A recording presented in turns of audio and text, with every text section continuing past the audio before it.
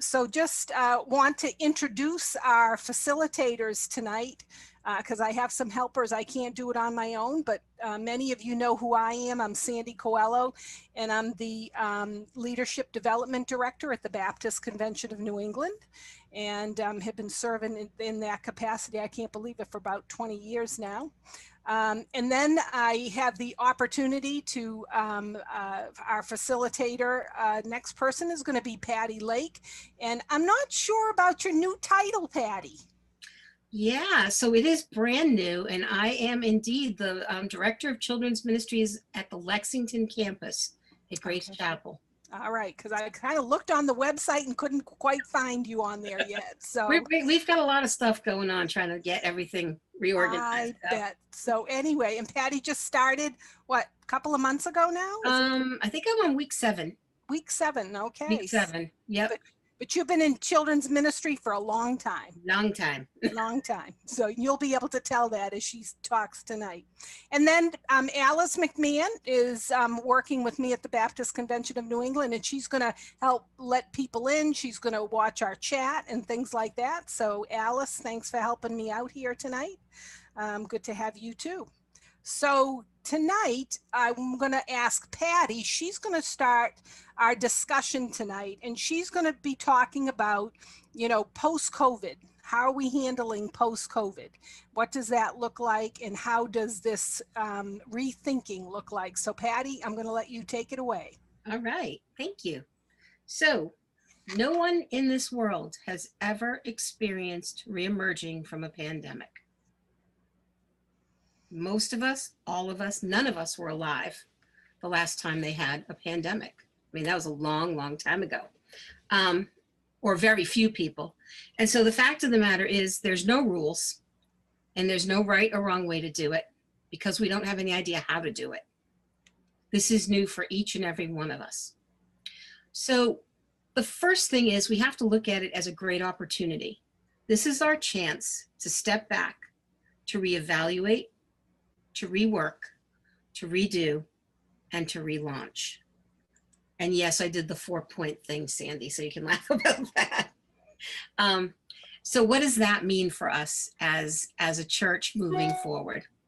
Well, the reevaluation part is super important because this is your chance. This is the chance to just gather everybody who's important to your team, who's still with you, who's not ready to be with you yet, but to gather those key leaders and get them together and get in a room together and figure out what you're going to do to reevaluate. You need to pray. You need to pray like crazy as you're going through this phase because, again, none of us really know what we're doing. Don't be surprised if your folks don't come back. There's going to be some people that are not ready to re-enter. And you've got to respect that choice that they're making. They're not ready. They will come back eventually, or don't be surprised if they don't want to come back at all. Now, I'm brand new, not brand new, but somewhat new at Grace Chapel. And it's been a very interesting education the past couple of weeks to kind of figure out what people are willing to do and what they're not willing to do. Who's willing to take off a mask, who's not willing to take off their mask, who's willing to join the conversation, who's not willing to come back. And so thankfully we have technology like this so that we can still include those people in the room. But you're going to get your key folks together and you're going to start praying. And then you're going to have this sticky note session. My favorite thing in the world, sticky notes, everything. And what you're going to do is you're going to kind of decide, you're going to categorize what were the things that were measurably successful that you did before? And you might just list all the things you did before, just sticky note it. Everybody gets a Sharpie, you sticky note it and stick it on a board. And you're going to figure out what you did before that were anything that you did before. And then you're going to create a new category of what was measurably successful. And you got to be really honest about this. Did it really work? Did it give us what we were looking for? Did we reach the community? How many people came back? All of those kinds of things. And then you're going to separate that from the marginally successful stuff. Then you're going to take that marginally successful pile and you're going to talk about why you do those things and whether or not you need to continue. Now, oftentimes it's going to be tradition. We've always done it that way. But the fact of the matter is, time goes forward and we've got to move forward too. So we've always done it that way isn't the best reason to hold on to something. So kind of think of it as cleaning out your closet. Okay, and I don't know if you remember that TV show from a while back, but I can't remember the name of it, but I know they had a keep pile, a throw pile, and a sell pile. And you had one blue tarp to put your stuff on. That's all you got. To keep, a blue tarp, and I think it was 12 by 12, of throwaway, and a 12 by 12 tarp of things to sell. And you had to get everything that you were going to keep onto that little tarp. And everything else had to be thrown away or given away or sold. So don't be afraid to do that with the things that your church has always done. Do we keep it? Do we throw it out? Do we give it away or table it for the time being? You need to evaluate what worked and what does not work from when your ministry was up and running, and then get rid of what didn't work. Don't be afraid to throw things out. Now, if we're going to talk about reworking it, this is more sticky notes.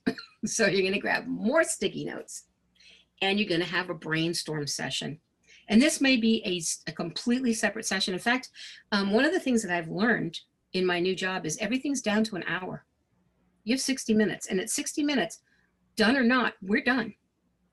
So maybe a couple meetings that are 60 minutes long that are planned. And this is your second meeting. So more sticky notes, because you're gonna rework it, you're gonna brainstorm. There is no idea that's a bad idea. It can be so far out of the box that you don't even know there's a box. But you can do this and write it down. It doesn't matter how bizarre it might be. But while you're doing this, or after you've written your ideas down, you want to ask some key questions.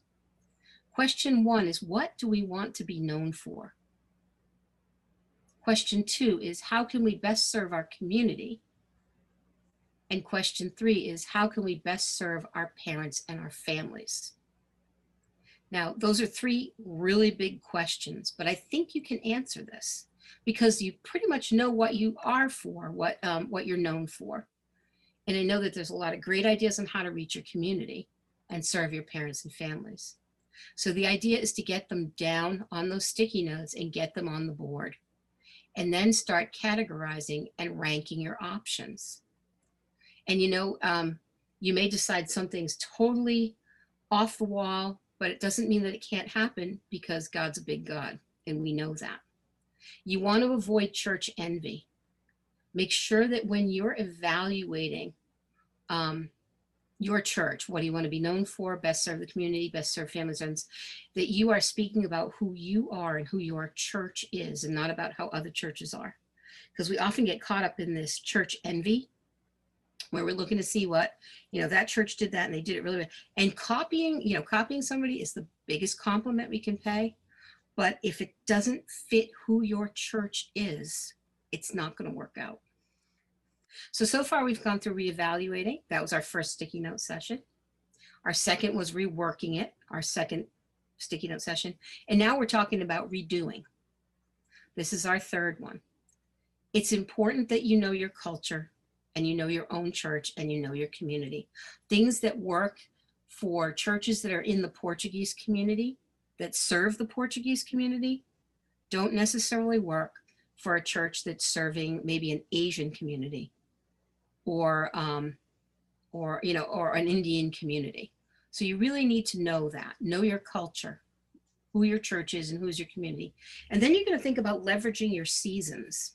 You're going to want to take those seasons and think about, so what are we going to do for Christmas, Easter, all of the major events that we can engage our community in. A good rule of thumb is 4 major events a year. And we're talking major events, and then leveraging the seasons. So Christmas time, Easter time, obviously, summertime, and then pick another one somewhere in there that would give you a really good cross section and would really help you leverage your seasons that you have to work with. Of that list that you made of your sticky notes, you're going to choose the things that answer your questions and meet the needs of your church and community. You want to be able to answer those questions like, you know what, yes, we're doing this and this is why we're doing it. And know that answer. So those are my 4 things for you. And then we get into relaunch. This is my 4th thing. And I wanted to share a story with you that God gave me this week, which I thought was like one of the coolest things ever as I was thinking about what was going to happen on Sunday with my folks and our first adventure out. So I will tell you this, as you're getting ready to relaunch, there's some practical housekeeping things too that you need to keep in mind. Things that happen, like the computers don't work. Your TVs haven't been turned on in 18 months. The batteries are corroded in the remotes. We happen to have a dishwasher and a washing machine because we have so many kids. Neither of those appliances worked. The plants are dead. It looked like the rapture happened. When I got there and went on my first tour, things were left exactly how they left them on March 20th. And everybody walked away.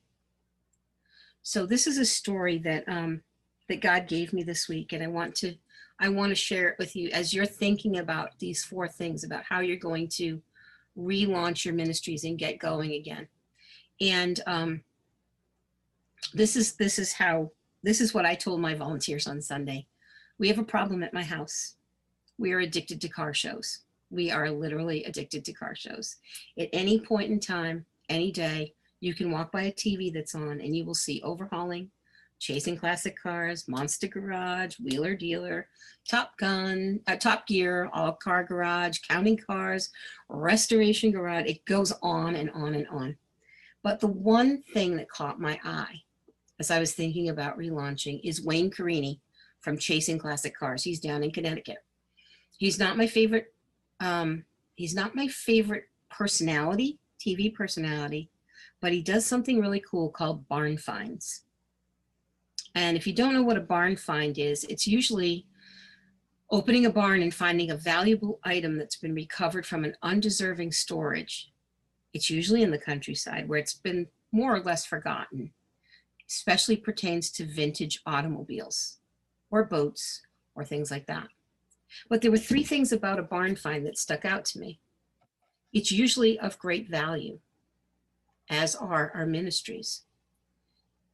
It's usually an undeserving storage. The pandemic put us all in an undeserving storage, and it's often forgotten. And some of us have been forgotten. Some of our churches have been forgotten, but not really, because barn finds are exciting and there's comfort in the familiar. And for the last 18 months, we as a church have struggled to not be forgotten. And every year, we've had the opportunity at my house with this Jaguar that we own to open the doors, take the cover off, charge the battery, top off the fluids, and then we cross our fingers that that classic car that lives in our garage is actually going to emerge under her own power. So here we are, my friends, the whole bunch of us. We're standing outside the barn. We're going to open the door. We're going to check the tires, make sure they have air. We're going to check the oil, make sure the fluids are topped off. And then we're all going to take a collective breath and hold it, waiting to see if that car is going to start. And my prayer for you as churches is that you don't have to go in the flatbed to the garage, but that your car will actually start and your ministry will start and it'll roll out of the garage. Is it going to be pretty? Probably not.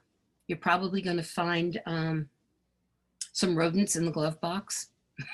True story. It might run a little rough. But the fact of the matter is you've got this amazing adventure to restart on. But you have to remember that this is exciting for some of us. And there's going to be people that are not excited. Returning families, maybe not so much. It's all up to them and whether or not they feel safe or if it feels too risky.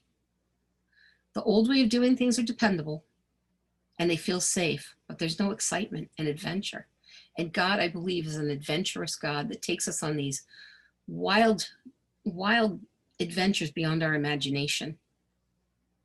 So what we do know is that not a single one of us has ever survived and emerged from a worldwide pandemic before. We know that this is exciting and we're frightened at the same time. We know that a lot of us are going to be new people. The biggest number of families that we saw yesterday were brand new families. What an incredible opportunity. But we've got to find a balance, and we don't know where it is. But again, I'm telling you, we serve an amazing God, and he knows the outcome before we even think of the situation. But we also have to be smart, and we have to put these things into place to get ourselves to move forward. So whatever happens with your barn find, commit to moving forward. Commit to being fluid and flexible and forming, because what's old can be new, and with God's on our side, we can't miss. So that's my word for you on starting again. Good word, Patti. That's good. That's good. Good stuff there. So let me ask you some practical questions. Yeah. So, because I love the what you said about when you were redoing knowing your culture, and so that brought to mind, I think, your outside culture there. Mm-hmm. So how about the church culture? Has the church culture changed a bit? That's hard to judge because, the first time the doors opened, 200 people showed up, mm-hmm. which is really small for Grace Chapel. Okay. And every week it's gotten bigger and bigger. And I think, knowing your inside culture is kind of like, who are the people who are comfortable? Who are the people that are not comfortable? Figuring that out. Who are the staff members that aren't comfortable?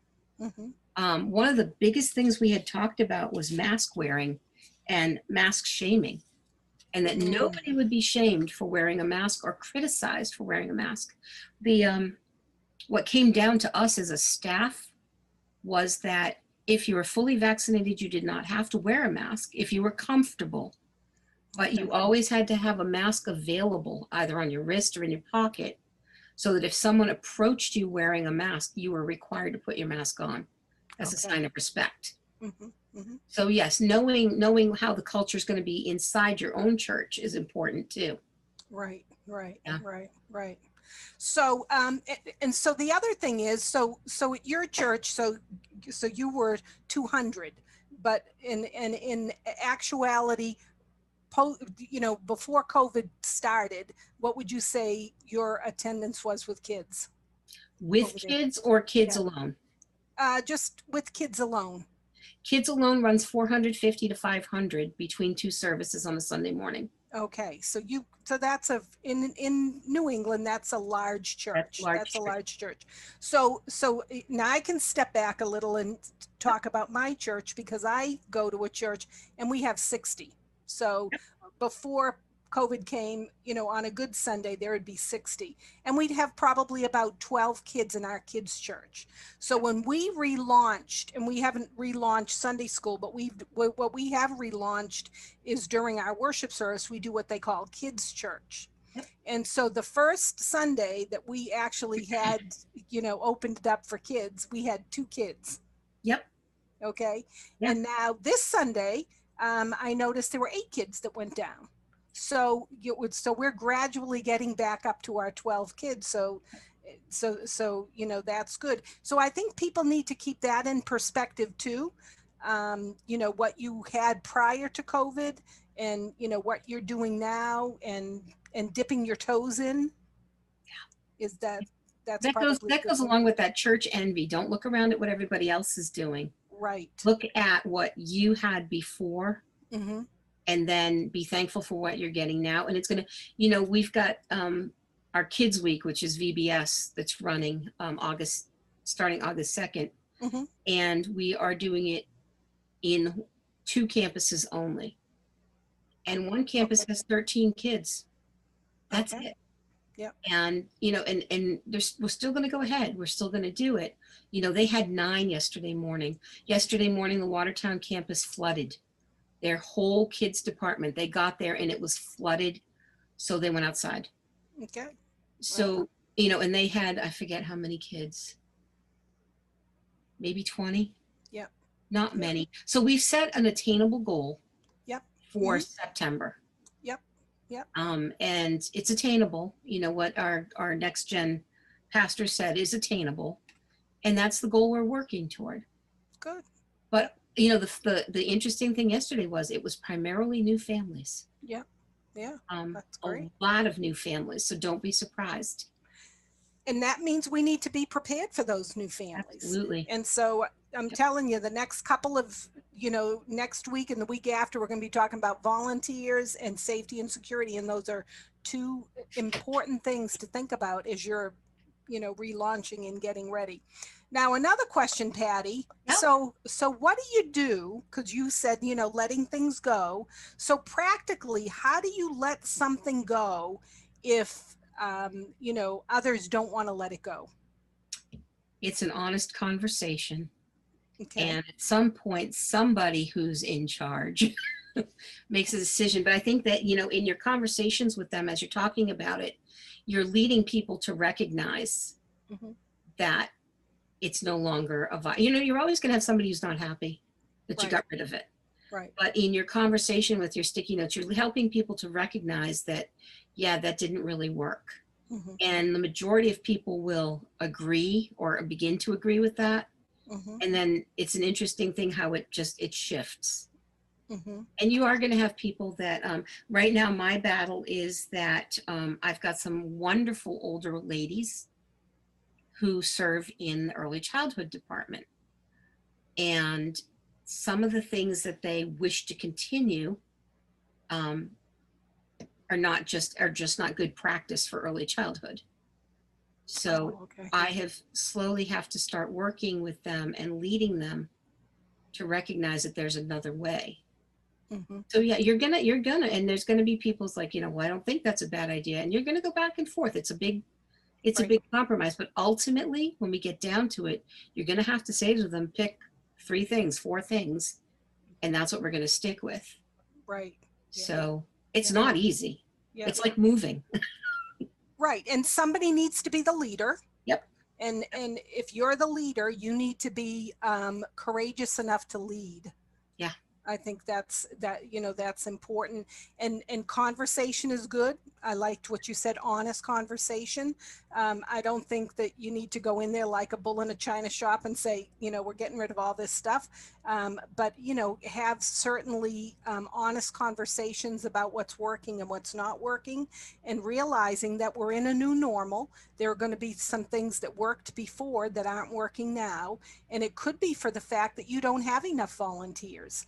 And you'd love to have all of the volunteers you had prior to COVID, but you don't. And so what you need to be thinking about is how are we going to provide the best, safest, and secure ministry to our families and kids, you know, and do it well. Yeah. And, you know, what I said to the team yesterday was, this is the letter F in sign language. You flick your finger like that. I said to them, fluid, flexible, forming.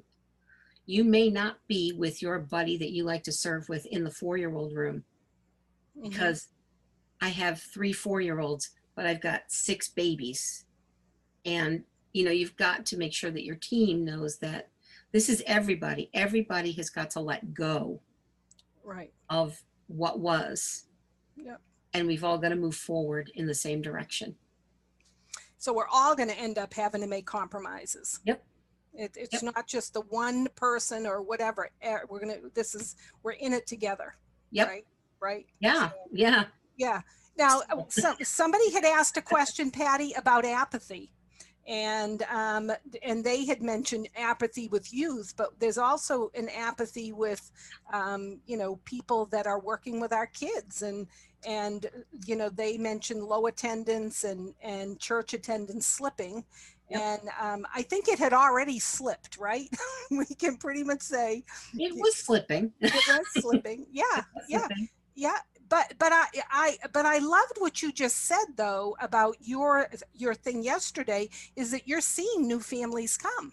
You know, and I go to a very small church, but we're seeing new people come all the time. We're doing Vacation Bible School. You know, we didn't get to do it last year because of COVID, so we're doing it again in person. And we have 2 new people that have been coming to church since the pandemic that are actually going to volunteer with us. We're going to do all the background checks, and, you know, they're not going to be teachers, but they're going to be involved. But we're seeing people, and again, it's new. We need to start building again.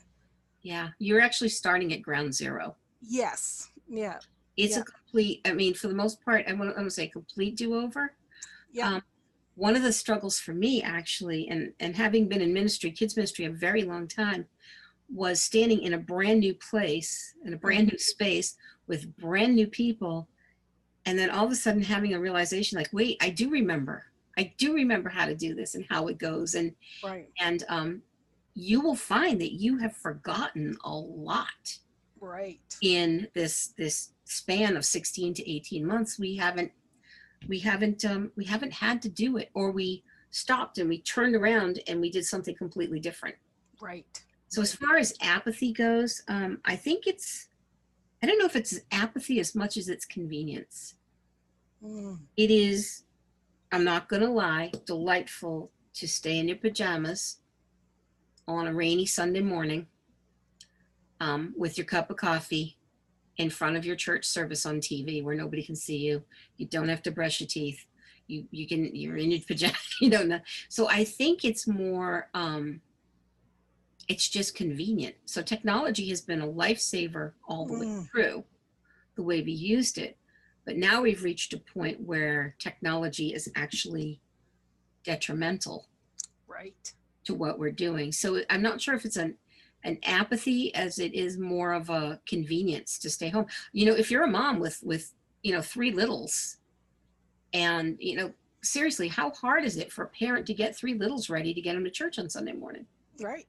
Whereas if I can stay home and they can play over there, and, you know, they're in their jammies and it's a long, slow morning and there's a hot cup of coffee and I'm a hot mess and I don't have to leave.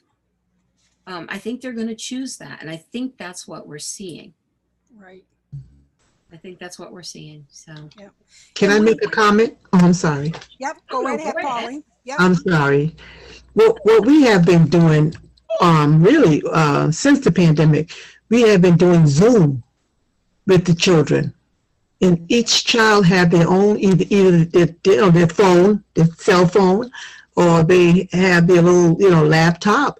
And we do little stories, and we actually go on to Right Now Media. Yep. Mm-hmm. And we've been showing the kids that. So that's how we have been really staying in contact with the kids. That's great. Yeah. Yeah. And it's fun, isn't it?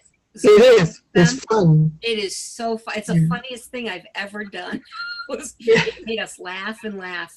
The kids have a good time, yeah. They have a good time. So I think, when you're thinking of technology, I think it's going to end up being a both and. I think that we're going to have to do both and be available in person. And I also think that, we talk again about that low attendance and the apathy. I think that families are waiting to see what schools are going to do. Right. And how schools are going to manage. Yep. Before they're confident enough to come out. Yep. And I think we have to keep reminding people from the pulpit, this is what we're doing. We're doing everything to keep you safe and secure. And, even the pastor in his messages need to remind people, if your church has deacons or deaconesses or elders or whatever it is, that's the other thing, is having honest conversations with people. And one of my best friends came back to church for the first time this Sunday. And it was exactly what you said. And she would tell you, she said, I'm just lazy. I like being at home, love having my coffee, love, and all that type of stuff. And so she finally, but the pastor kept texting her and telling her, well, we miss seeing you. And she says, oh, I'm going to come one of these days. And so she came Sunday. But, you know, and those are some of the things that we need to make sure that we're doing, that we're contacting people and encouraging them and all of that, and reminding them that the body of Christ needs to be together, not just technology, but we need to be together in person. That's what the Bible says. So we have to keep interesting reminding when them. people, you know, take their masks off, and you look at them and go, whoa, because we've forgotten what they look like without their masks. Or Absolutely. we've only seen them on Zoom and they go by with their mask on and we have no idea who they are. Right. So, Right. and it's true though. And, you know, some of the things you can do, you know, it is summer. Have an outdoor gathering, meet at a Right. playground, places that parents feel are safe.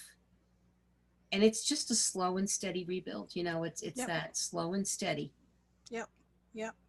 And so let me launch into something else. I'm going to keep you up on the spotlight Okay. there with me, Patti, just so that Thank you you for the can. warning. Yeah, just because I think, where do we go next? And you know, one of the things that, you know, when I sent out the invitation for this, I talked about, you know, your mission and your vision, and I think that it's so important that we you know, think about, you know, what are we communicating, our mission and the vision that we have for our kids ministry. And the Bible is clear. Again, it says, where there is no vision, the people are unrestrained, but happy is he who keeps the law. Or the other, you know, scripture translation says, where there is no vision, the people will perish. And so, you know, it's so important that we have a vision. And I know a lot of people say to me when I visit them, they'll say, well, our church has a vision. Well, you know what? Your kids ministry needs to have a vision. What is the vision that you have for your kids ministry? It should certainly be in line, you know, with your church's vision, but you need to have something that you're communicating to parents, you know, and to families and to new visitors and things like that. You know, this is what the vision that we have for our kids ministry. And why is vision so important? Because I think it accomplishes several things. It accomplishes, helps you with recruiting your volunteers. It as you have a vision, people are going to want to get on board with what you're trying to do. When you have volunteers that buy into your vision, I'm going to talk about that in a minute. When you have volunteers that buy into your vision, then they're going to be invested in what you're doing. And when they're invested, they're going to want to be there and they're going to want to make a difference, because volunteers, I'm going to tell you this next week, volunteers want to make a difference. They want to be part of the impact of what you're doing with your kids or, you know, the church as a whole. But your vision will help you accomplish recruitment. It'll also help you accomplish retention, because again, your volunteers are going to be excited and they're going to want to keep on keeping on with you as you continue to share your vision. It's also a reminder. Your vision is a reminder about the direction you're going in. How many times, you know, when we don't have a reminder, do we go in a different direction? Have you ever done that before? You're going one way, and then all of a sudden something looks really good over there. So what do? I veer off. And then I've forgotten all about what path I was supposed to be on in the first place. So a vision and a mission statement is a great reminder for you of what direction I'm going in. It also helps you reevaluate. You know, Patti talked about how important evaluation is. Well, your vision and your mission helps you evaluate. Am I, you know, doing the things in my ministry, you know, based on the vision? And if it's not, guess what? That's one of those things you might need to say, hey, that's not, you know, serving us well here. And then the last thing I would say about what a vision accomplishes, it accomplishes relevance, because it helps us to focus on, you know, on being cutting edge. because we have to be on cutting edge to be effective. You know, Pauline said a minute ago about how important Zoom has been for their church. And you know what? 2 years ago, we weren't talking Zoom. Nobody even knew what Zoom was. You know, in fact of the matter is, it's become our friend, you know, and that's cutting edge. You know, being outside for churches are cutting edge, you know, things like that. And they're going to be more cutting edge things. And I think that when we have a vision for our ministry, that it really does help us, you know, to accomplish these things: recruitment, retention, reminder, reevaluation, and relevance. They're so important, you know, to our kids ministry. And that's what a vision helps you to accomplish. But the important thing, I think, is being able to communicate that vision. And this is what I want you to chime in on, Patti, because I do think that there's 4 things that we need to make sure that when we're communicating our vision, that we're communicating it clearly. Because I think sometimes, you know, when you think about vision, it's this big, huge, general statement that we don't know really how we're going to get there. And it's not all of the time clear. But when you're communicating your vision, it needs to be clear. It needs to have enthusiasm. You've got to already have bought into it. And it needs to be buy-in. There needs to be buy-in not only for your volunteers, your leaders, and your parents, but you have to buy into it. You know, if you've been praying about it and God's given you this vision, guess what? You need to buy into it too. And then finally, visibility. Your vision needs to be visible to everybody. You need banners. You need to make sure that, you know, you're communicating your vision in texts, in emails, on flyers, whatever it is. You know, vision is so important. So Patti, talk a little bit about that.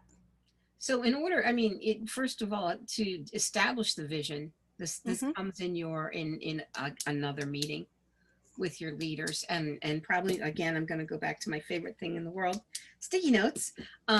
Right. But you know, you can pray together and then just write down 1 or 2 words. Your vision should be short. It should not be long. There's all kinds of resources online on how to write a vision or mission statement that give you key marketing keys, ideas on how to do it concisely, with clarity, it's short and sweet, basically. But you know, if you get your folks together and you're really praying about it, and you're thinking about it, the interesting thing that happens is that, you know, you ask people to write down and put their ideas up, and as you're looking at the ideas, you start to see that thread come together. And all of a sudden you've got a bunch of people who have written their ideas down that actually turns into one big idea. It's just that everybody's come at it from a different direction. Right. So it's a really cool thing to do. Right. And you know, so, you know, and then of course the communication part, once you have decided and adopted, then again, like you said, it's short, it's sweet. You've had somebody wordsmith it, you've got everybody's ideas, and then, you know, it goes everywhere. It's on your web page, it's on your literature that you hand out, it's on everything. At my former church, we had the logo of a tree. It was like 3/4 of a tree. And the gist of the logo was that we wanted to give kids roots into the ground, to bring them up straight and tall, and to be able to reach out. And so in that little logo, there was an awful lot of meaning in that logo that we used on everything. So that's important too. And again, you know, branding and all that stuff, which is another whole pile of stuff. But yeah. And so I just pulled a couple people, because some of your questions were, well, what a really good mission and vision statement. So here's a couple that I pulled for you to kind of look at. Again, you know, sometimes, you know, when you begin brainstorming, sometimes you as the leader, if you have some ideas yourself that you can present, and I love Patti's idea of the sticky notes and getting other people be a part of that, because as Patti said, you'll see some patterns as you'll go along. You'll see some big ideas that you all have together, and then you put them together. And these are how these mission statements came to be. But I love that first one, a place where kids want to be. You know, and just think about that. If you're communicating that to parents, that says a lot to parents, that you're creating a place where you know that their kids are going to want to be.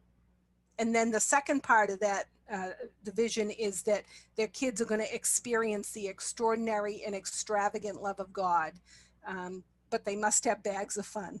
I mean, that's short, sweet, but it also gives them some direction, but also it gives them a lot of leeway too in what they're going to do. But then you have some other ones you'll see: to guide our children to faith in Jesus Christ.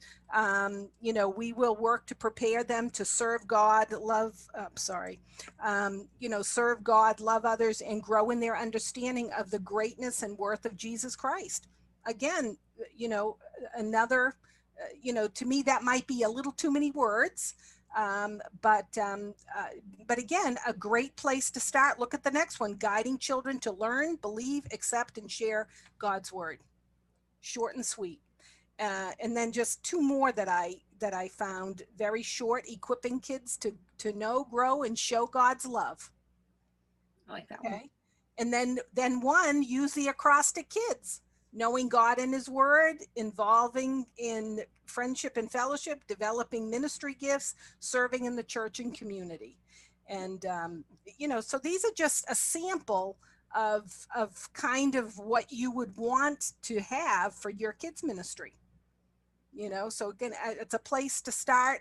BCNE doesn't suggest any particular one, again, because every church is autonomous, every church is unique, and you need to pray and ask the Lord to show you, what the vision for your church is going to be.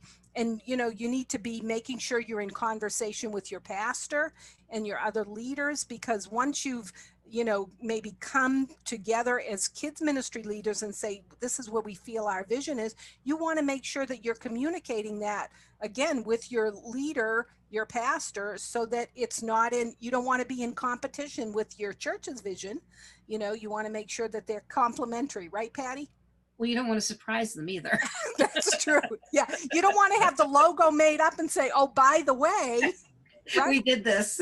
Right. And sometimes that happens in small churches, and Yes. you want to be careful about that. So again, this is a great process, again, to help, really launch you, and you've got the time now. See, that's why I felt like this was so important. You've got a couple of months before the fall really launches.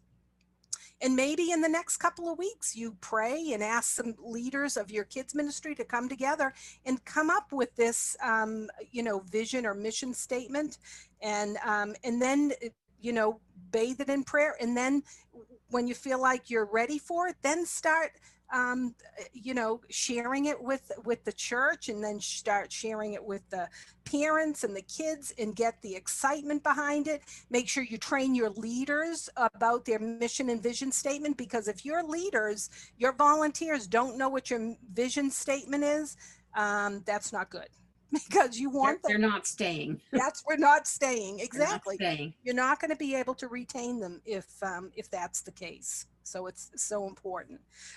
If you have questions, be sure to be sharing them in the chat box, or,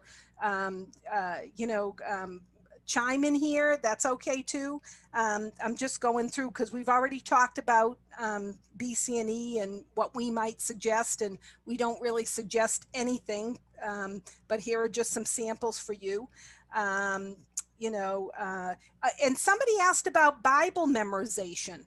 How do you get the kids to memorize Bible verses? And that could be part of not so much part of your vision statement, but it certainly could be part of your goals.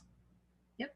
Right? So that, like, if you want your kids to grow in knowledge of scripture, one of the goals you need to be thinking about is memorizing scripture. And maybe your goal for the year is that you're going to have your kids learn 3 scriptures that they'll memorize throughout the whole year. And maybe choose 3, maybe it's 6. I don't know what it is for your church, but what I'm saying is it should be part of your goal. And everybody agrees that that's going to be, the place that they want to make sure that they emphasize. 1 a month is a good for memorizing, but we also have to remember that an average family that's considered a regular attender pre-COVID was a family that came. It used to be once every 4 weeks. It is now stretched out to once every 6 or 8 weeks. Right. So, maybe one Bible verse a month or every 2 months, but there's other ways to get it there too. With a good parent page, it's pointing parents back to the verse. You can even have like pastor packets in church. If your kids go to Sunday school 1 hour and then come up to go to church, there's another great way to get that. Maybe really intentional. That intentional piece is important. Games. There's all kinds of ways to help our kids learn to memorize. Prizes. They love prizes. Tattoos. They love tattoos. Dollar store items. And it doesn't have to be candy. It doesn't have to be, it doesn't have to be anything that you eat. Some churches give them tokens and they have a little store that they, get all sorts of dollar, store items and then let the kids shop in the store. There are all sorts of different things that you can do to encourage Bible memory, but everybody needs to be on the same page about it. I think even the way you choose those scripture memories are important too, wouldn't you say, Patti? Absolutely. To make sure they're foundational. If you're teaching this story, this particular, you can't say every single week we're going to give them a new scripture or a new Bible verse to memorize, because that's a bit hard on a young kid. Right. Though I do know that the Christian school my grandkids attend, it's a verse a week, and boy do they know them. Yep. But I think for our application, they're there 5 days a week, whereas our application is maybe once every 4 to 6 weeks. 1 a month is not a bad idea, but it obviously needs to be intentional. Everything we need to do is intentional. Everything points back to the lesson, the what we want the kids to get from the Bible story. Mm-hmm. That everything loops back around and it's moving in that same forward direction. Right. So there needs to be a method. So one of the things we're saying here is there needs to be a method of the verses you choose. And one thing I would say too, and I'm happy to help here, is if you're looking for curriculum, I have a bunch of curriculum in my office. Alice will attest to this.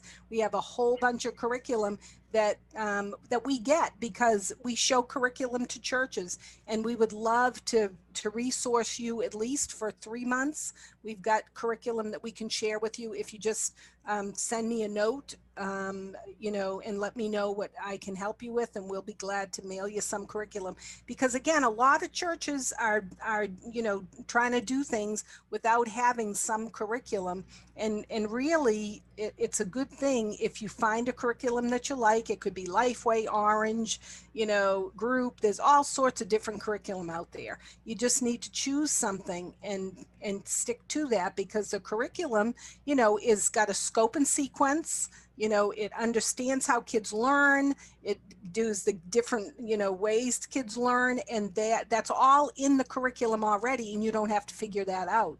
And the thing is, with volunteers, you need to give them something. You can't just say, oh, we want you to tell the story of Jonah this week and let them figure it out. You need to give them something in order to do that.